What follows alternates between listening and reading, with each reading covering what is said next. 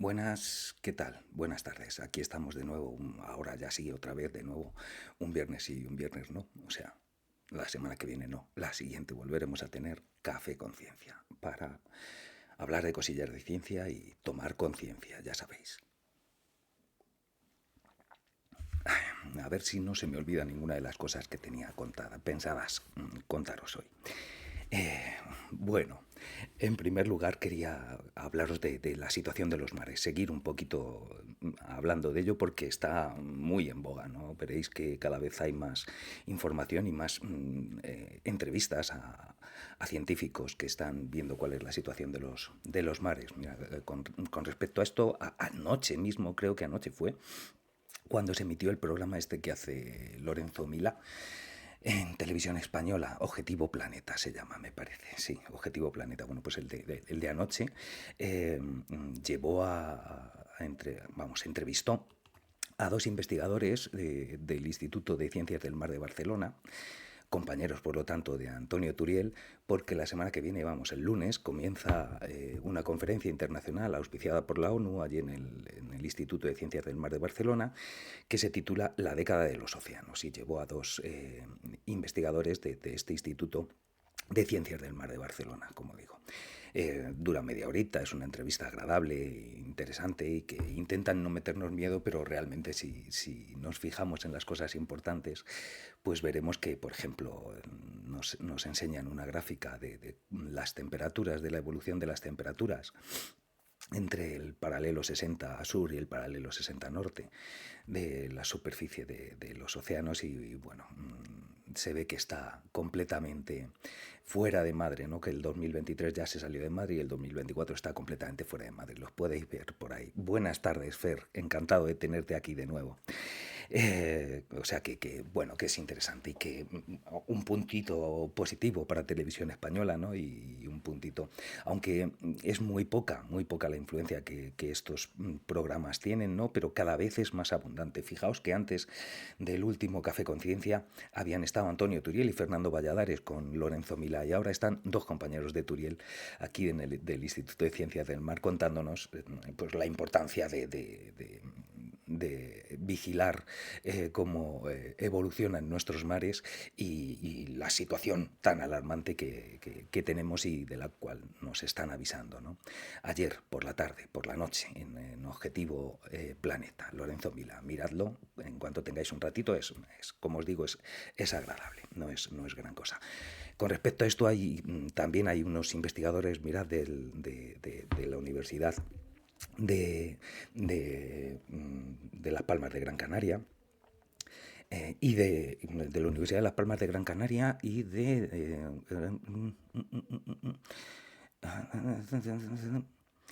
bueno, son unos doctores en física, una doctora en física, un doctor en química de la Universidad de Las Palmas de Gran Canaria y el director de la plataforma oceánica de Gran Canaria, que no lo veía. Eso es, que están dando un ciclo de conferencias por las islas y que tiene un título bastante ilustrativo, ¿no? Y se titula Canarias ante la previsible alteración del Atlántico Norte. O sea, dicen previsible alteración del Atlántico Norte. Si miráis ya hay en YouTube ya está la conferencia que han dado en otros lugares. Aquí es la semana que viene, el 11, la dan aquí en la isla de La Palma, en Santa Cruz de La Palma. Dice en la información sobre la conferencia, dice, las corrientes del Océano Atlántico se están volviendo muy inestables y están cerca de un punto de inflexión sin retorno. Eso es lo que muestra un nuevo estudio con las corrientes oceánicas acercándose a un punto crítico, probablemente inducido por el aumento de agua dulce debido al derretimiento del hielo y los efectos del cambio de las corrientes oceánicas que ya se están sintiendo. Eso es lo que ponen en la información ellos, ¿no? Cuando están diciendo el nuevo estudio, no sé si se refieren al del año pasado, en el que ya nos estaban diciendo, porque creo que esta conferencia la están dando desde antes de que se publicase el estudio de la Universidad de Utrecht, esto es en Países Bajos, el de Western y otros, y colaboradores que ha revolucionado en el último mes todos los científicos que están al corriente de cuál es la situación climática, ¿no? No sé si es este o es el del año pasado que daba una previsión. Acordaos que decían que probablemente, vamos, que auguraban el colapso de la MOC en este siglo, cosa que hasta ese momento nadie se había atrevido a decir, y que con mucha probabilidad en el 50 y pico, o sea, como que daban hasta una fecha probable, ¿no? Pues ese fue el del año pasado. El que ha revolucionado a todos este año es el de Western. Y creo que hay algunas cosas que pueden llevarnos a confusión con este estudio, con el estudio que había publicado, que han publicado los de la Universidad de Utrecht, el último que ha revolucionado a todo el mundo. Fijaos, con respecto a esto, yo os recomiendo siempre que si queréis tener más información, pues busquéis que hay forma de encontrarlo. Y con respecto a esto, Antonio Turiel precisamente tiene un blog que se llama The Oil Crash, ¿vale? El crash del petróleo, de Oil Crash, pero vamos, si ponéis blog Antonio Turiel y te va a salir y se accede a él. Y tiene unos artículos muy buenos y entre otros tiene uno comentando el estudio este de Western, ¿no? Mirad, aquí directamente os he copiado un trocito de lo que cuenta Turiel sobre este estudio para que tengamos una idea exactamente de qué es lo que este estudio nos estaba diciendo, porque hay algunos que están minimizando los resultados o las conclusiones que se extraen de este estudio, ¿no? Porque sobre todo dicen bueno, pues que el modelo que plantean, la cantidad de agua dulce que se vierte en el Atlántico Norte, proveniente del deshielo, bueno, pues son cantidades enormes que están muy alejadas de lo que actualmente se está produciendo, ¿no? Entonces, fijaos lo que dice Turiel. Dice: la importancia del estudio de Western et al., ¿sabéis? Et alter, Western y otros, radica en que por primera vez se consigue reproducir el colapso de la MOC en un modelo de simulación climática de los que usa el IPCC. En el experimento numérico, porque es un experimento numérico, es un programa, es un modelo informático, ¿no? Dice: se aumenta de manera muy lenta y progresiva el flujo de agua dulce que provendría de la fusión del agua continental en Groenlandia y Canadá, mientras que se mantiene una concentración de gases de efecto invernadero y una temperatura constantes y con valores de antes de la revolución industrial. Es decir, aquí no están intentando ver qué es lo que está pasando, sino que saben cuáles tienen los modelos climáticos y dicen: vamos a mantener las condiciones que había antes de la revolución industrial, las que suponemos que son las condiciones base. Ya os digo yo que parece ser que estaban subestimadas por los estudios que comentábamos en el anterior Café Conciencia, pero bueno, contando con que esas fueran los niveles, los mantenemos, la cantidad de CO2 o sea, no aumentamos en nuestro modelo la acumulación de CO2 atmosférico ni el aumento de temperatura que sabemos que ya se ha producido, sino que mantenemos las condiciones preindustriales. Y lo que hacemos es forzar uno de los valores que sabemos que afecta a la corriente, en este caso termoalina, a la AMOC, al brazo del Atlántico Norte de la corriente termoalina. Hola Peque, buenas tardes, ¿qué tal? Y entonces ellos lo que hacen es ver a ver qué es lo que ocurre, qué ocurre si forzamos, ¿no?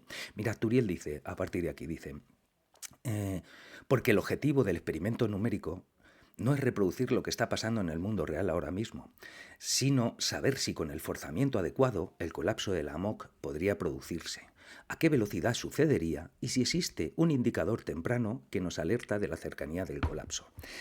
Esto es lo más interesante, lo que hay que saber. Entonces ellos se plantean: si tenemos todo así, pero sabemos que aumentamos el flujo de agua dulce, que sabemos que la cantidad de agua dulce que llega al Atlántico Norte influye en este brazo de la corriente termoalina, si aumentamos esto, si es posible conseguir simular el colapso del AMOC. Y si es así, si se produce rápidamente o de una manera más progresiva y lenta, y qué indicador de temprano, qué podemos medir que nos avise pronto antes de que este colapso se produzca, ¿no?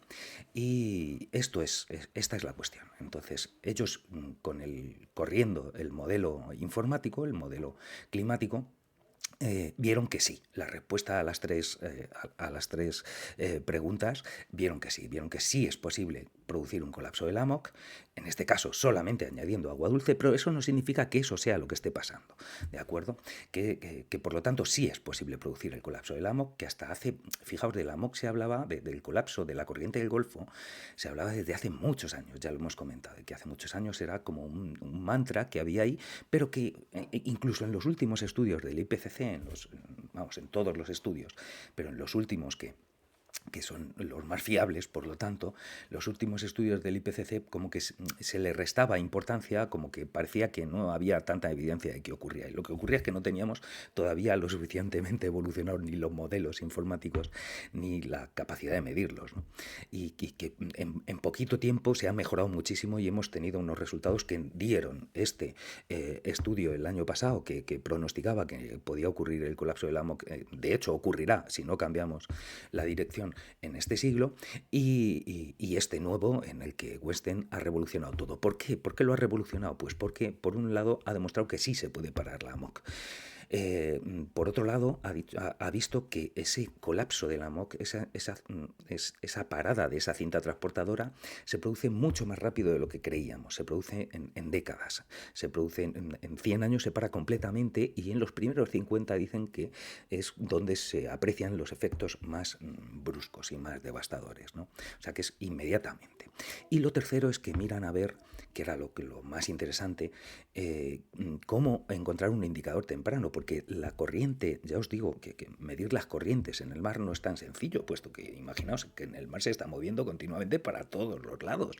No es tan simple. Y como os digo, a nivel de superficie, la corriente viaja rápido, pero a nivel profundo la corriente es muy pequeña. Yo os decía que eran milímetros por hora, cuando en superficie pueden llegar a avanzar más de un metro, de un metro por segundo, ¿no? Y estos eran milímetros por hora. Y entonces hay movimiento continuo, entonces no es tan sencillo. Y vieron que sí, que había una zona en la que era posible encontrar una medición que nos avisase de cómo se estaba produciendo esta detención, si se empezaba a producir, cuándo se estaba produciendo esta detención del AMOC. Y vieron, curiosamente, fijaos que estamos analizando la detención de la corriente del Golfo, de toda la corriente termolena, toda la cinta transportadora que conecta todos los mares, todos los océanos del globo terráqueo. Estamos viendo el brazo atlántico norte, o sea, la zona que va hasta entre entre Groenlandia y la península escandinava, ¿no? Ahí es donde se produce el hundimiento de las aguas, porque se han enfriado lo suficiente y se han salinizado, y es el motor del AMOC que comentábamos antes. Muy bien, pues aunque esto se produce ahí, el detectar la corriente de fondo, la corriente que viene, parece ser que el mejor sitio no es ahí, sino que es en el paralelo 34 sur, en el Atlántico, ¿no? El paralelo 34 sur viene a ser como hacia el final, hacia la parte más sur, por lo tanto, de la costa de África. Y ahí hay una serie de boyas de estudios climáticos desde hace mucho tiempo. Hay una buena línea de boyas que nos permite medir la velocidad de la corriente profunda aquí. Y vieron que era un buen indicador. Entonces, con esos resultados, Westen et al. Fueron a ver qué es lo que estaba pasando en esa línea de boyas. Y lo que vieron allí fue lo que puso los pelos de punta a todo el mundo. Lo que vieron allí es que las señales que estaba dando es que esta detención del AMOC, es decir, se estaba ralentizando esta corriente, y que si no estamos ya en un punto sin retorno, nos estamos acercando peligrosamente a él, ¿no?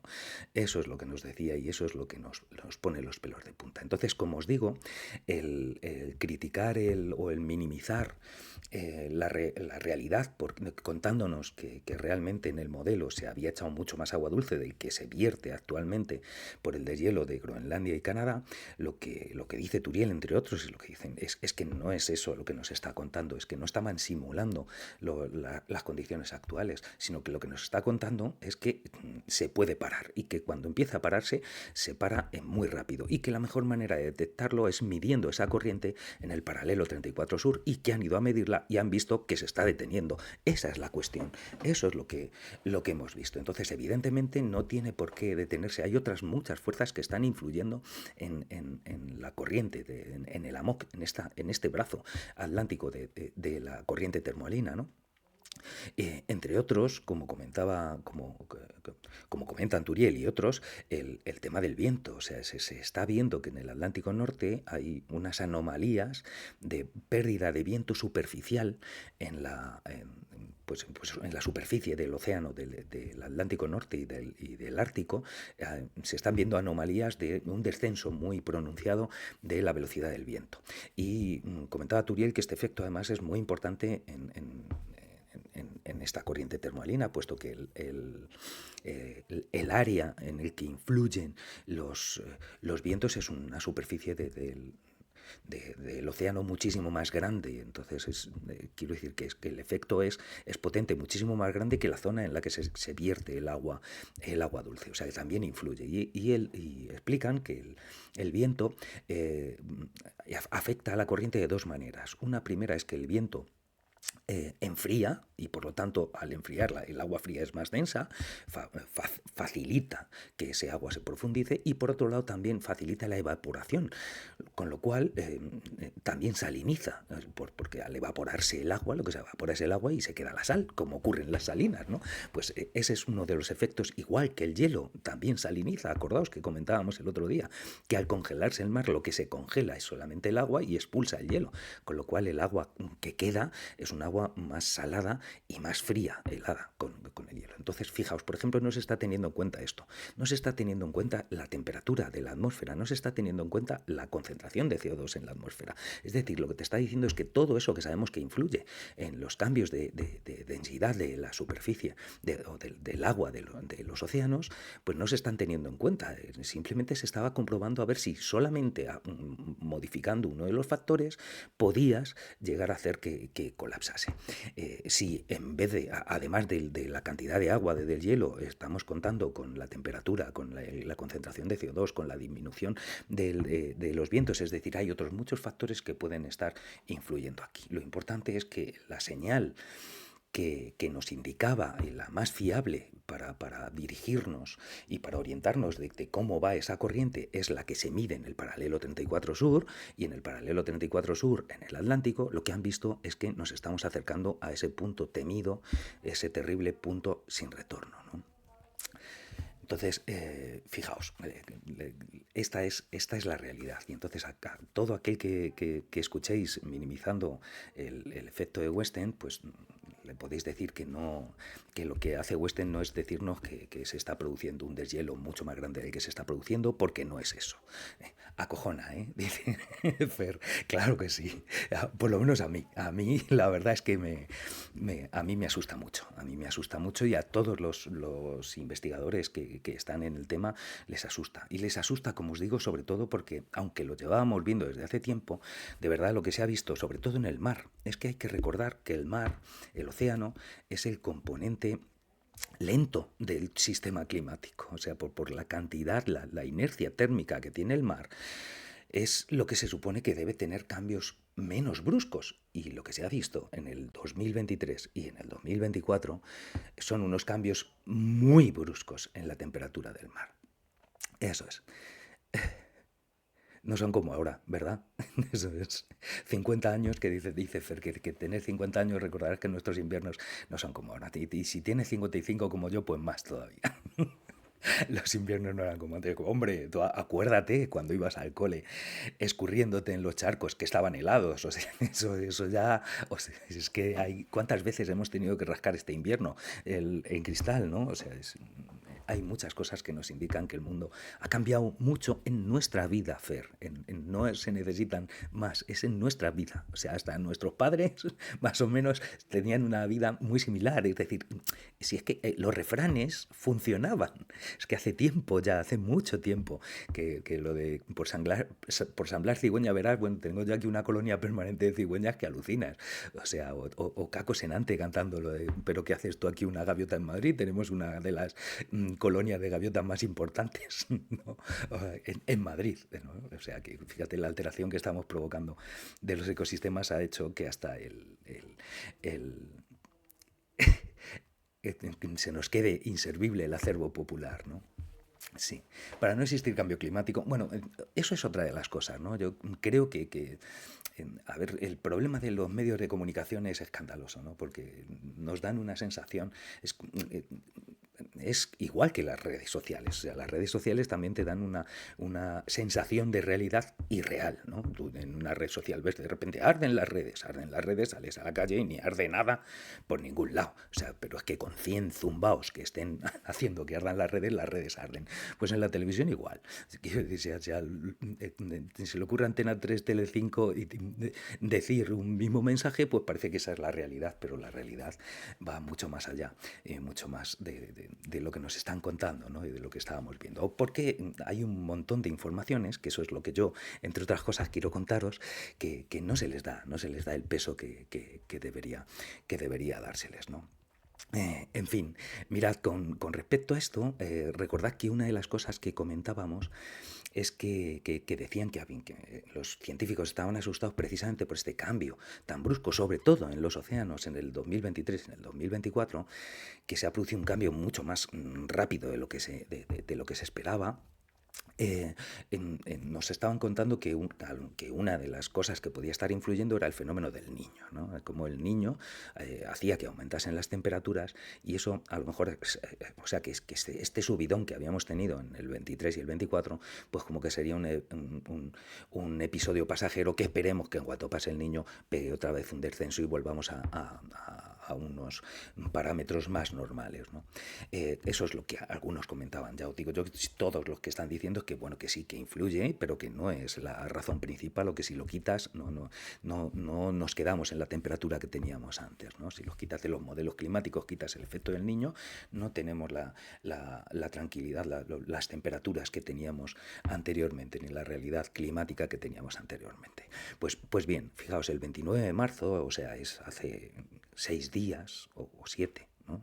Enero, febrero, marzo, 31. Sí, 7 días, o sea, hace una semana. Fijaos, han publicado en Science Advance, otra vez hablamos de una revista del máximo impacto y por lo tanto una revista de prestigio.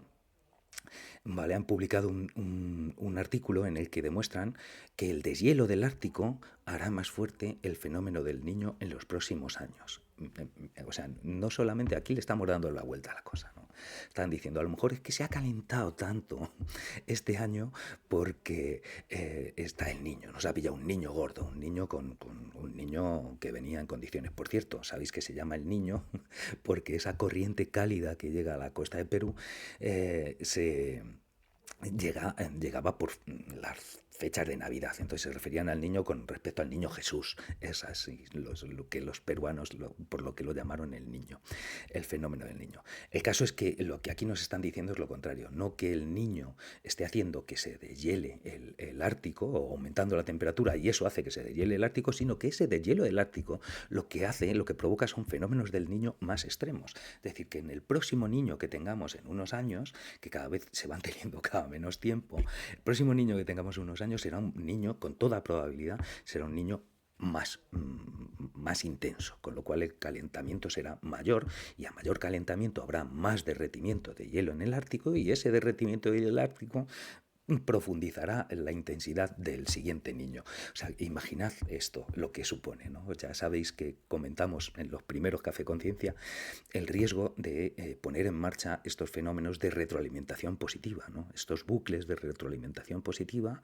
que haga que cuanto más se deshiela, más intenso es el niño, cuanto más intenso es el niño, más calor se produce, más deshielo se produce, por lo tanto se vuelve a intensificar el niño. Es decir, estos fenómenos de retroalimentación positiva que hacen ese efecto de bola de nieve y sabemos que desde siempre que llevan al desastre, ¿no?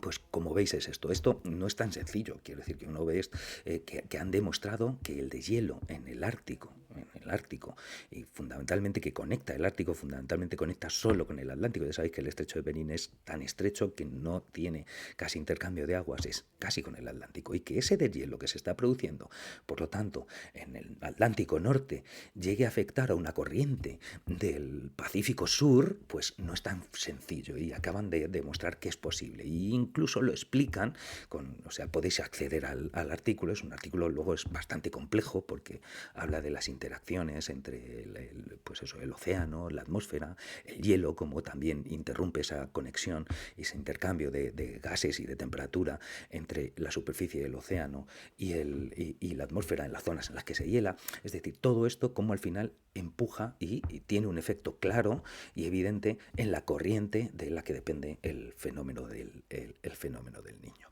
Mirad cómo, y ha sido un artículo que han publicado, como digo, en Science la semana pasada, nada más que la semana pasada. En fin, que como veis este problema no es un problema que vaya a ocurrir para nuestros hijos ni que vaya a ocurrir para nuestros nietos, es un problema que ya nos está ocurriendo a nosotros.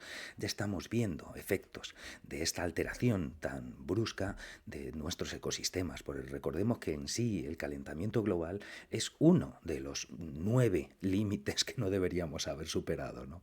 Este cambio climático. Y es de hecho el cuarto en importancia, desde que los científicos de Helsinki definieron los 9 límites planetarios, pero ya tenemos efectos, claro, que se está produciendo esta alteración del clima, este caos climático, porque hay muchos científicos que prefieren hablar de caos antes de cambio, porque cambio indica como que pasamos de una cosa a otra, y no pasamos de una cosa a algo que no sabemos. Ese es el problema. Ese es el problema. El problema no es que vayamos a tener, que antes teníamos un clima mediterráneo y ahora vamos a tener uno tropical. Bueno, pues vamos a empezar a comprar especies tropicales y a dedicarnos a vivir como se vive en el Caribe, ¿no? Pero es que no es esa la realidad. La realidad es que lo que tenemos es un caos climático, que estamos pasando un punto de inflexión a partir del cual no sabemos qué es lo que va a ocurrir, porque las cosas se predicen en función de lo que ha ocurrido, y esto no ha ocurrido antes nunca. Un efecto claro que está teniendo. Una noticia también de esta última semana. He leído en un artículo en un periódico argentino. Mirad, resulta que hay, a veces nos olvidamos del resto del mundo, ¿no? Pero hay unos efectos claros que esta alteración del planeta ya está produciendo ahora mismo. Y en Argentina es noticia estos días el aumento escandaloso de casos de dengue, y que lo relacionan clarísimamente con la alteración del clima, ¿no?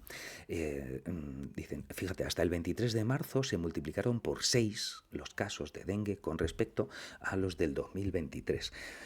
El dengue es una enfermedad vírica que cursa como una gripe en la mayoría de los casos, pero que en algunos casos se puede complicar en lo que se conoce como un dengue hemorrágico y que tiene resultado fatal, ¿no? Que da lugar a la muerte. De hecho, llevan ya 119 muertos, llevaban el 23 de marzo en este año, de ciento y pico mil casos de dengue, y 119 muertos llevaban el 23 de marzo cuando le hicieron la entrevista esta a uno de los responsables, en concreto a Carlos Tasinato, director del control de vectores de Rosario, la provincia de Messi, ¿no?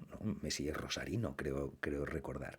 Bueno, pues aquí al director, fijaos, de control de vectores. Es un control de vectores, ¿por qué? Porque el virus del dengue se propaga a través de un vector, de un mosquito. En este caso, hay un mosquito que es el que transmite con su picadura el virus del dengue, que, como os digo, en la inmensa mayoría de los casos, cursa como una gripe más o menos complicada, pero como una gripe, y en algunos casos se complica en un dengue hemorrágico. Lo que dicen es que se han multiplicado por 6 los casos. Entonces, fijaos, Carlos Tasinato decía que la tropicalización del clima de regiones antes templadas, temperaturas más altas durante más tiempo, unido a la humedad que ha traído este año el Niño, hace que haya más mosquitos durante más tiempo, y eso, por lo tanto, aumenta las posibilidades de contagio y de expansión de esta epidemia, ¿no? de este brote vírico. Dice, pero es que además no solamente es que hayan aumentado los casos de dengue, sino que además aumenta la frecuencia de los brotes. Dice, los brotes se están volviendo recurrentes. Antes eran cada 3 o 4 años, después se aceleró el ritmo y ahora tuvimos el año pasado y este año otro. Es algo inédito, nunca habíamos tenido 2 seguidos. Es lo que comenta literalmente en la entrevista al periódico argentino, me parece que era La Nación donde lo leí, no me acuerdo ahora mismo, ¿no? Pero que sepáis que es noticia ahora mismo el aumento de 6 veces con respecto a lo que había el año pasado, y primero que haber tenido un brote importante el año pasado de dengue, no les tocaba hasta dentro de 3 o 4 años tener el siguiente, y sin embargo este viene y encima reforzado. ¿Por qué? Pues porque hay muchas regiones, bueno, lo del verano austral ha sido escandaloso este año. O sea, nosotros que estamos hemos pasado el invierno y hemos tenido un invierno suave, pues el verano ha sido un verano espectacular, ¿no? Habéis visto que hablaban en Río de Janeiro de sensaciones térmicas de 60, 61, 62 grados, o sea, algo impensable, ¿no? Esto, yo no sé, yo que hago, que llevo muy mal el calor, pues no quiero ni imaginármelo, no quiero ni imaginármelo. En fin. Bueno, como veis, la realidad nos está dando continuamente golpes en la cara con qué es lo que está ocurriendo, ¿no? Sin embargo, eso no se traduce en una acción definitiva, ¿no? Sin embargo, sí que están cambiando algunas cosas. Y sí que, fíjate, los escépticos del cambio climático cada vez son menos. Han publicado ahora unas encuestas en las que decían bueno, pues que incluso por rangos de población en España, y que, bueno, evidentemente los que están más a favor de hacer algo contra el cambio climático y más proclives a cambiar modelos, cueste lo que cueste, son los menores, los de 16 años, que son los menores que habían participado en esta encuesta, ¿no? Entre 16 y 22 años, me parece que comentaban, no, entre 16 y 25, creo que era, entre 16 y 25 eran los más proclives. Luego ya los de 25 a 32, 26 a 32, eran también más proclives que los siguientes rangos de edad, ¿no? A políticas que cambiasen. Pero la realidad es que ya dicen que la mayoría, en todas las encuestas en Europa por lo menos, la mayoría de la población es consciente de que el cambio climático o el caos climático, que deberíamos llamarlo, es uno de nuestros principales problemas, y es donde deberíamos poner todos los esfuerzos para adaptarnos a este cambio que está ocurriendo ya y para minimizar posibles efectos posteriores, a cambiar de rumbo para conseguir mantener unas condiciones de desarrollo social, porque es que ese es el problema, ¿no? Humanos podrá seguir habiendo, pero ¿en qué condiciones? ¿No? O sea, si hacemos esto y esto cambia tan bruscamente en tan poco tiempo, humanos seguirán, pero desde luego sociedades humanas como las que tenemos y como las que estamos viviendo no podrán seguir. O sea, que hay que cambiar para poder seguir. Fíjate, es casi como el mismo sistema nos lleva, ¿no? Al fenómeno este de la reina roja, de no dejar de moverte para seguir en el mismo sitio. Pues hay que moverse, pero para otro sitio. Hay que cambiar, hay que moverse, pero para otro sitio. Hay otro artículo que salió en marzo y que se publicó en la revista Nature, por lo tanto, revista de máximo rigor científico. Mirad, el 12 de marzo se publicó un artículo que, a pesar de estar firmado por dos de los más prestigiosos epidemiólogos sociales a nivel mundial, pues ha pasado, y estar publicado en Nature, por lo tanto revista de máximo nivel científico, ha pasado bastante desapercibido. Si vemos el título, a lo mejor entendemos por qué ha pasado bastante desapercibido, ¿no? El título dice, concretamente, ¿por qué el mundo no puede permitirse el lujo de los ricos? Ese es el título. O sea, imaginaos, bueno, ya entendemos todos por qué no se le da tanta difusión, ¿no? ¿Por qué el mundo no puede permitirse el lujo de los ricos? Es así, está en Nature, podéis acceder a él. A pesar de estar en Nature, está en abierto. O sea, se puede acceder a él sin ningún problema. Y esta es la traducción del título que te da Google directamente, traducido literalmente del inglés, ¿no? ¿Por qué el mundo no puede permitirse el lujo de los ricos? En este estudio, mirad, lo que demuestran estos investigadores es que las grandes desigualdades son una de las principales fuentes de estrés social, uno de los principales estresores sociales, y generan sociedades disfuncionales. Dicen aquí, argumentan y cuentan que está demostrado que países con mayor distancia entre ricos y pobres, por lo tanto más alto más diferencias económicas, ¿no? Generan, son sociedades en las que se aumenta el número de homicidios, se aumenta el número de encarcelamientos, se aumenta la mortalidad infantil, se aumenta la obesidad, se aumenta el abuso de drogas, se aumentan los embarazos adolescentes, y así podríamos seguir con unas cuantas calamidades que parece ser que quedan demostradas que tienen relación directa con la desigualdad en la riqueza. No estamos hablando con la cantidad de riqueza, sino con la desigualdad en la riqueza, es decir, sociedades en las que haya gente que gana muy poco y gente que gana mucho, ¿no? También comentaban bueno, pues evidentemente estas diferencias en capacidad adquisitiva generan sentimientos de superioridad e inferioridad, evidentemente, y minan la autoestima de la mayoría de la población. Y sobre todo, y es por lo que lo relacionaban con la necesidad de emergencia climática y de responder a la realidad de emergencia climática y de emergencia de recursos que estamos viviendo ahora mismo, otra de las cuestiones que queda demostrada es que las sociedades en las que hay más distancia entre ricos y pobres son sociedades en las que aumenta el consumismo, ¿no? Ese modelo de triunfo que está detrás de esa vida de ostentación de los ricos, pues genera en toda la población, pues conductas de imitar esos modelos de éxito que están basados en un consumo excesivo y desorbitado. Entonces, mirad, directamente en el subtítulo, si entráis en el artículo y lo veis que lo primero que te ponen, ¿por qué el mundo no puede permitirse el lujo de los ricos? Y debajo dice, la igualdad es esencial para la sostenibilidad. La ciencia es clara.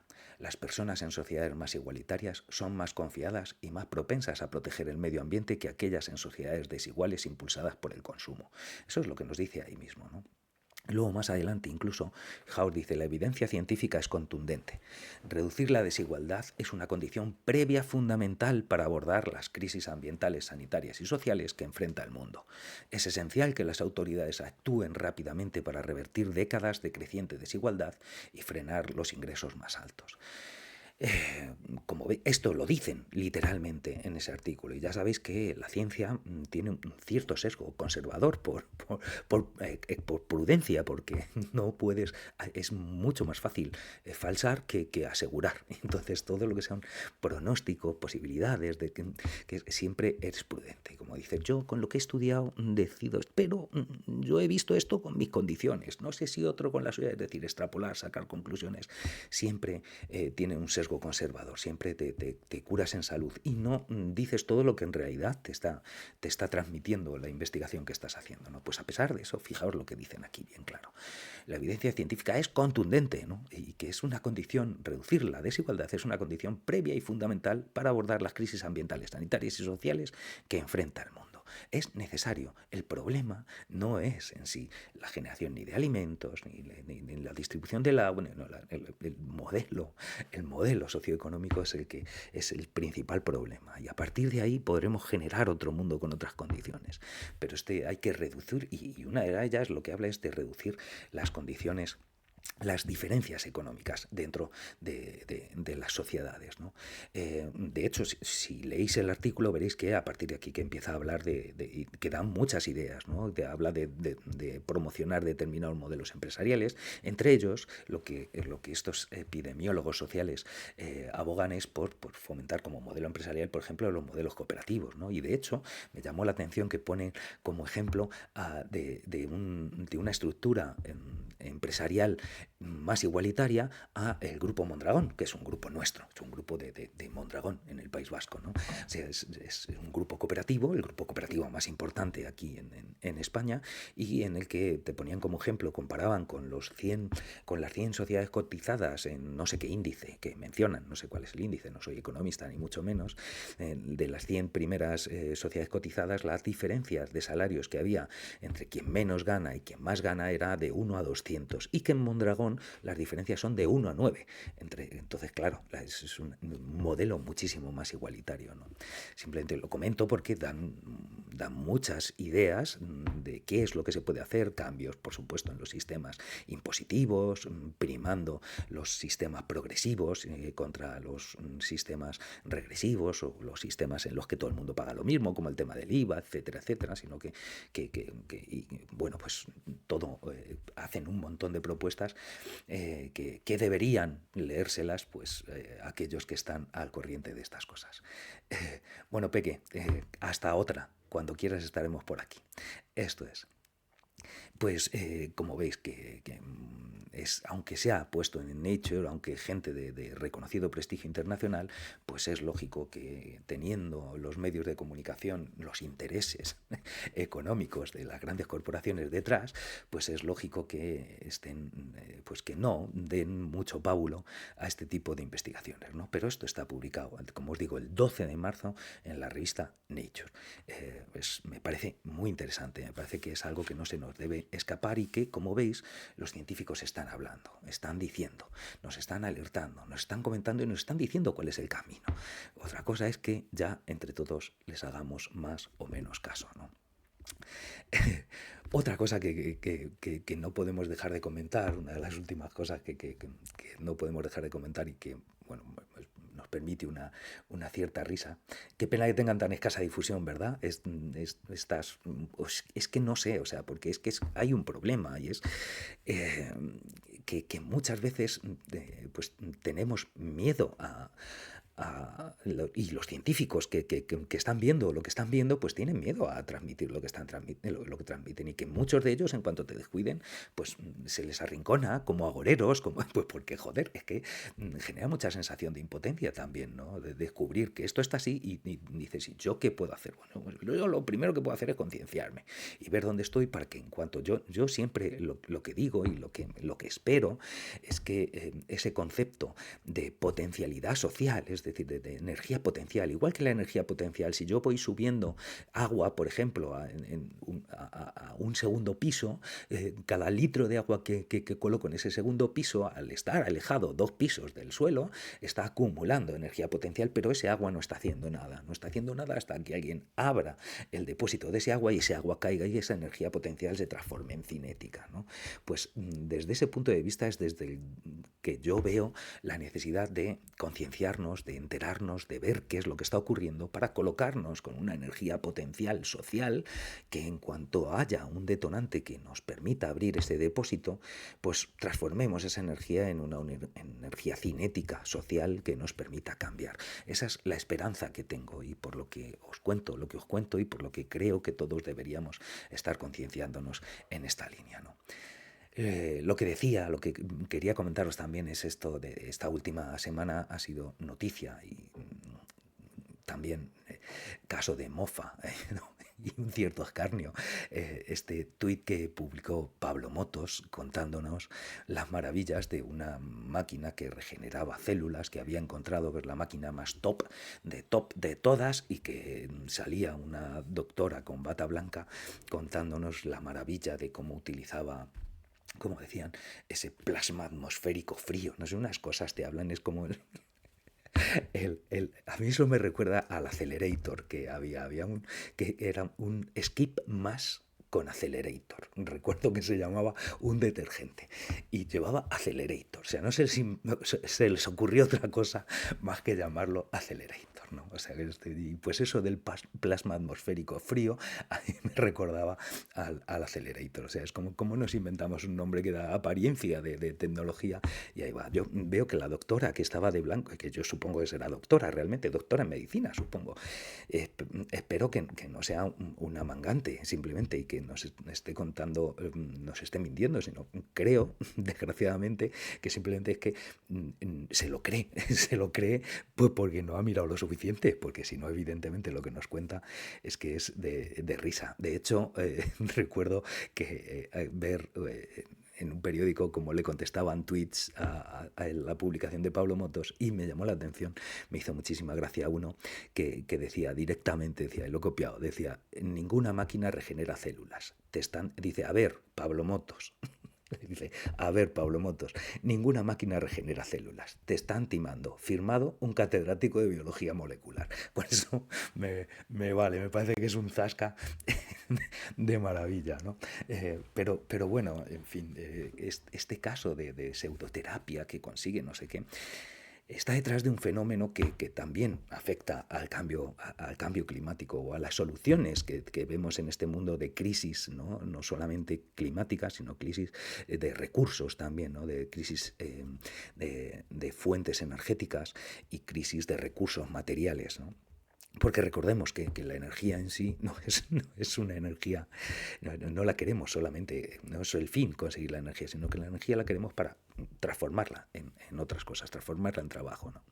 Y que, bueno, pues hay, detrás de este mecanismo de motos de buscar un milagro científico está ese tecno-optimismo que también es peligroso, ¿no? Que es, por un lado, está ni tanto ni tan calvo, ¿no? Ni despreciar lo que nos dice la ciencia e inventarnos conspiranoias y cosas por el estilo, ni coger y pensar que la ciencia lo va a solucionar todo. Es decir, bueno, tenemos esto, pero ya se le ocurrirá a alguien algo. Ya verás cómo vamos a descubrir. Sí, sí, sí, se está acabando el petróleo, pero no os preocupéis, que ya han descubierto, mira, que sí, los reactores de torio que hacen, no, pero es que la fusión, o sea, la energía de fusión, ¿no? Ya van a hacer los reactores de fusión en nada, van a estar, en fin, no es nada más que una esperanza que nos permite seguir en esa máquina en la que seguimos avanzando hacia el choque o el caer por el abismo, sin cambiar de dirección, pensando en que a alguien se le ocurrirá en el último momento la solución maravillosa a nuestros problemas, ¿no? Entonces, no, lo que la ciencia nos dice desde hace tiempo es que el planeta tiene límites y que la solución no es otra más que reducir nuestro metabolismo social. Necesitamos consumir y producir menos y vivir de otra manera. Es que esa es la cuestión. Eso es lo que nos dicen. Entonces, si encontrasen una energía abundante y barata, pues nos ocurriría lo que nos ha ocurrido con los combustibles fósiles. En este caso, si encima fuese libre de contaminación, pues mira, por lo menos nos evitamos el problema de la contaminación. Pero como digo, la energía no es el fin en sí, sino que esa energía la utilizaríamos para transformarla en otras cosas. Y en cada transformación energética, por la maldita segunda ley de la termodinámica, a la que no podemos escapar. O sea, es que nosotros somos como los Simpsons, ¿no? Que dicen, en esta casa se acatan las leyes de la termodinámica. Pues es que es así, no podemos escapar de la segunda ley de la termodinámica. Y en cada transformación energética se va a disipar una parte de energía en calor. Si tenemos una fuente inagotable o muy abundante y muy barata, lo que nos va a hacer es generar tantas transformaciones que hay ya estudios que comentaron y que plantearon la cuestión y que aseguraban que en 300 años estábamos evaporando los océanos del calentamiento que habíamos provocado. O sea, imaginaos, ¿no? Y por supuesto, probablemente no llegásemos a esos 300 años porque antes nos habríamos acabado ya todos los recursos, o sea, nos lo habríamos devorado todo, nos habríamos comido todo el planeta. La solución no es encontrar una fuente de energía barata y abundante, ¿no? Si es que ese es uno de los problemas, pero nada más. O sea, y toda la mierda que generamos, aunque no generemos CO2, no vamos a generar más mierda. Y todo la invasión de ecosistemas que necesitamos que sean diversos y ricos para nuestro propio mantenimiento, porque formamos parte de ese ecosistema, eso que ocurre, ¿no? Y otra de las grandes apuestas de este tecnooptimismo es las noticias que aparecen cada 2 por 3 sobre nuevos inventos de captura de carbono, ¿no? Y bueno, pues volvemos a lo mismo. Esa captura de carbono pues es como el mito del plástico reciclado. O sea, sí, se puede reciclar plástico, pero ¿qué cantidad de plástico se recicla comparado con el que se tira y con el que se produce? Es ridículo. Pues con esto exactamente igual. La captura de carbono, hace mucho tiempo que se sabe que la mejor captura de carbono son los organismos fotosintéticos. Esos son los que capturan el carbono y los que transforman ese carbono en componentes orgánicos, de los cuales luego vivimos todo el resto de la cadena trófica. Entonces, esa es la verdadera captura de carbono y esa es la que hay que mantener a toda costa, no esperar una una respuesta, no seguir con nuestro sistema, pase lo que pase, porque ya se le ocurrirá a alguien algo en unos años. Eso sabemos que desgraciadamente no funciona así, ¿no?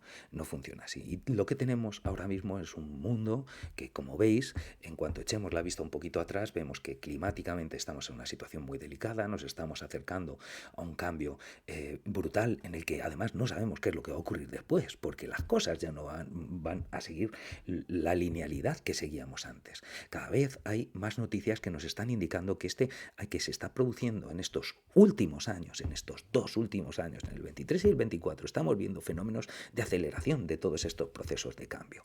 También hay noticias todas estas semanas, yo he visto noticias de Vigo, noticias de La Coruña, en la que hablaban de que el aumento del nivel del mar en los últimos años se estaba produciendo al doble que en las décadas anteriores. O sea que también se estaba produciendo una aceleración. Todo esto, el aumento del nivel del mar no es progresivo, sino que está adquiriendo una forma exponencial, ¿no? Exactamente igual que el calentamiento. Están produciéndose todo procesos exponenciales que indican que procesos o fenómenos de retroalimentación positiva están acelerando los procesos. Entonces, eso es una situación tremenda, ¿no? Y encima en un momento en el que sabemos que las fuentes energéticas que estábamos utilizando, que deberíamos haber abandonado hace tiempo para poder mantener el clima en unas condiciones estables, que son las que han permitido que las sociedades se complejicen desde el neolítico hasta ahora, ese mantenimiento de unas condiciones estables, que por lo tanto hacen predecibles los eventos, y el problema es que entramos en un sector desconocido. Esa es la cuestión, ¿no? En fin, esa situación que tenemos, como os digo, de crisis climática también coincide con una crisis de recursos, entre otros energéticos y de materiales críticos, de los que la Agencia Internacional de la Energía ya nos advirtió hace unos cuantos años, de que ya nos advirtió, no, advirtió a los países de la OCDE, que es para los que trabaja, que hay muchos materiales críticos para esta transición, que son escasos y que convendría acapararlos. O sea, fue así directamente lo que dice. Y parece ser, hay cada vez más personas que creen que esto es lo que está detrás de este proceso belicista en el que nos estamos viendo en las últimas semanas, ¿no? En el que van cayendo noticias como gotitas de la ministra de Defensa, de Borrell, que dice, del ministro alemán, del polaco, de tal, todos preparándonos para la guerra. En fin. Esto me recuerda, esa preparación a la guerra ante una situación tan complicada como la que tenemos, me recuerda a un experimento que vi hace un montón de años cuando empecé, ya vamos a contar batallitas, cuando empecé a estudiar biología por mi edad, o sea, cuando entré en la universidad con 17 años para cumplir 18, en biológicas, en la Complutense, pues nos enseñaron un vídeo, recuerdo, en el que relacionaban, estoy hablando del Jurásico, ¿no? Tengo 55 años, echad cuenta vosotros, en la que querían relacionar testosterona y violencia, ¿no? Y entonces colocaban a 2 ratas macho en una jaula, en una caja en la que, de estas que tienen el suelo de rejilla, ¿no? 2 ratas macho, grandes, además eran 2 ratas, no recuerdo, eran 2 ratas grandes, 2 ratas blancas grandes, 2 ratas macho grandes en las que les colocaban en la rejilla, acoplaban unos electrodos y de vez en cuando el experimentador les pegaba lo que se llama un foot shocker, ¿no? Una corriente eléctrica que es como si les pinchasen en las patas. O sea, no les llega a hacer daño, no les hace herida, pero coño, es como si te pinchan con un alfiler, ¿no? No te hace herida, pero te pega un calambrazo que no te es agradable.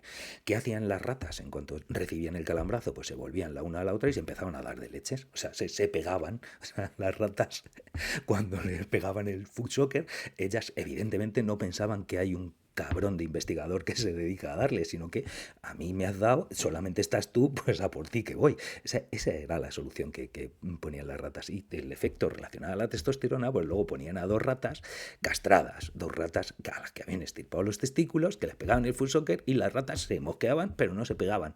Entonces, claro, hoy día es un experimento como muy brusco y esa relación tan directa entre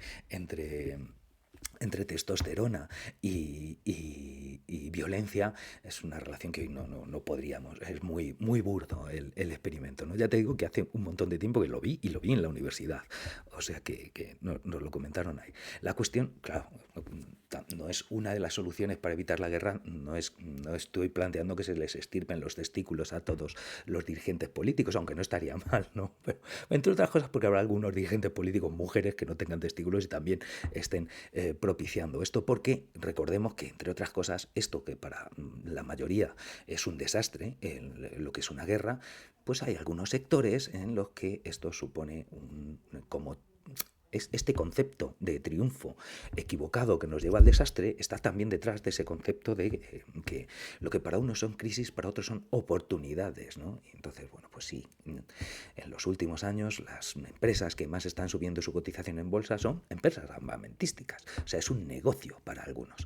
Pero aparte del negocio, a mí esto lo que me recordaba, y es por lo que traía a colación el experimento de las ratas, es este fenómeno de que cuando la realidad te supera, cuando algo te está fastidiando y no entiendes por qué y no sabes cómo y no ves cuál es la solución, buscas a quien un culpable y a por él atacas, ¿no? Eso se ha utilizado tradicionalmente para el manejo social, ¿no? O sea, la quema de brujas, los judíos en su momento, los que toque, el buscar los inmigrantes en muchos casos, ¿no? Buscar un enemigo común al que atacar, y entonces ahí cuando no sabemos solucionar nuestros problemas, y en este caso pues a lo mejor a mí me recuerda esto de pegarse las ratas como locas cuando reciben el food soccer a esta situación que estamos viviendo ahora mismo, y cómo nuestras ratas dirigentes, en vez de buscar la solución, pues lo que hacen es pegarse unas con otras. Fijaos que este fenómeno yo lo relaciono mucho con un fenómeno que se llama el de indefensión aprendida, que es en experimentación animal,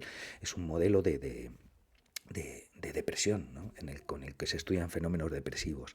Y, básicamente, creo que ya lo comenté en algún momento, el experimento básico, el paradigmático, el que inicia el concepto de indefensión aprendida, es colocar a dos ratas en cajas con el suelo de rejilla y conectadas una con la otra, ¿no? De manera que una rata bueno, en algún momento los investigadores le dan un food soccer, como a las ratas que se pegaban, en las patas, y una de las ratas la rata de una de las cajas tiene una palanca que cuando ella está recibiendo el food soccer, si aprieta la palanca, deja de darle el calambre a ella y a la rata de al lado. Pero la rata de al lado no puede hacer nada, es decir, cuando le viene la descarga, ella recibe la descarga y cuando menos se lo espera, acaba esa descarga. Y acaba porque la otra rata presiona la palanca, pero no ella. Esto hace que ambas ratas reciban la misma intensidad de food soccer, los mismos momentos con la misma duración. Sin embargo, la rata de la caja, de la palanca, que cuando la tocas cesa el food soccer, no desarrolla la indefensión aprendida. Sin embargo, la rata que no tiene una palanca activa en su caja es la que desarrolla este fenómeno de indefensión aprendida, que conductualmente se resume en que la rata se va en un rincón, se queda ahí y está esperando la muerte, como aquel que dice, ¿no? Entra en un proceso de modelo, por lo tanto, de depresión mayor, en el que no quieres nada, no quieres vivir, no quieres seguir, estás ahí apartado esperando pasar como mejor por este valle de lágrimas, ¿no?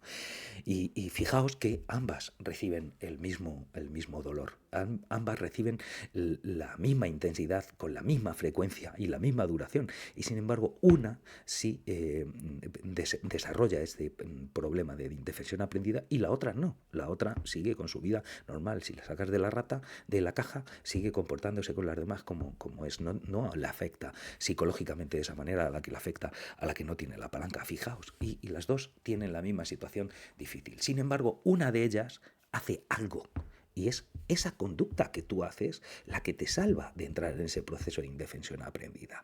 Fijaos si esto no está detrás de eso, del que dices, bueno, a mí no sé, o sea, tengo una situación, pero yo hago algo. Me identifican un enemigo a por el que ir, voy a por él. Que eso no sirva de nada, igual que, o sea, bueno, pues no servirá de nada, pero yo por lo menos creo que estoy haciendo algo, y eso facilita que mi cabeza siga en un estado funcional y no entre en indefensión aprendida. Entonces, son fenómenos, como digo, que tienen una cierta relación y que además se utilizan en manejo social desde siempre, ¿no? El buscar un enemigo común, el señalar un culpable, el crear una cabeza de turco, es un mecanismo universal. Y ahora, con esta guerra, pues nos mencionarán a Putin. Si nos mencionan a Putin, nos mencionarán a quien sea. Y ya os digo que hay cada vez más gente que cree que este rearme en Europa, que están propiciando este rearme en Europa, en realidad no está destinado a enfrentarnos a Putin, puesto que todo el mundo sabe que meternos en una guerra con Putin, vamos, con Rusia, que es una potencia nuclear, no nos lleva a ningún lado y no vamos a propiciarlo, ni a él ni a nosotros, no va a propiciarse. Sin embargo, sí que nos coloca en una posición de dominancia para el siguiente paso en esta etapa de escasez de recursos y escasez y turbulencias y una realidad inestable en la que poder tener una posición de dominio sobre la gran madre de los recursos que es África, ¿no? Entonces muchos están temiendo que este rearme europeo se transforme en un neocolonialismo disfrazado de lo que quieras ahora mismo, pero al fin y al cabo que esté destinado a expoliar de nuevo el continente más expoliado, que es el continente además, recordemos, que es el continente del que venimos todos. Por cierto, un estudio que ha salido, lo menciono solamente aquí porque ya llevamos la horita, ha salido un estudio hace poco que cuenta que los humanos salieron de África, los Homo sapiens salimos de África hace como 70.000 años, pero como que nos tiramos unos 20.000 años sin expandirnos por Europa y por Asia, ¿no? Y de Asia a Oceanía. Y que acaban de descubrir dónde estuvimos durante esos 20.000 años. Y lo que hablan es que todos, parece ser que los que salieron, los que estuvieron durante 20.000 años, hasta hace 70.000 años no se salió de África. O salieron, los que salieron no son nuestros ascendentes. Nosotros descendemos de un grupo que hace 70.000 años salió de África y en la meseta persa es donde parece ser que estuvieron durante 20.000 años para luego ya expandirse. Con lo cual todos tenemos un antepasado africano, pero también todos los humanos actuales que no vivimos en África, todos los europeos, asiáticos, de Oceanía y americanos posteriormente, todos tenemos un antepasado persa. A lo mejor nos empiezan a caer mejor la gente si tenemos esta visión y los consideramos un poco persas, pues a lo mejor los iraníes, que son los descendientes de los persas, están menos demonizados. No estaría de más que echásemos un vistazo a esto. Bueno, hemos llegado a la hora. Espero que nos haya aburrido y que nos parezca interesante. Creo que es fundamental que sigamos enterándonos de estas cosillas. Os dejo, por lo tanto, hasta dentro de 2 semanas. Espero que os haya gustado. Hasta luego. Muy bien, Fer.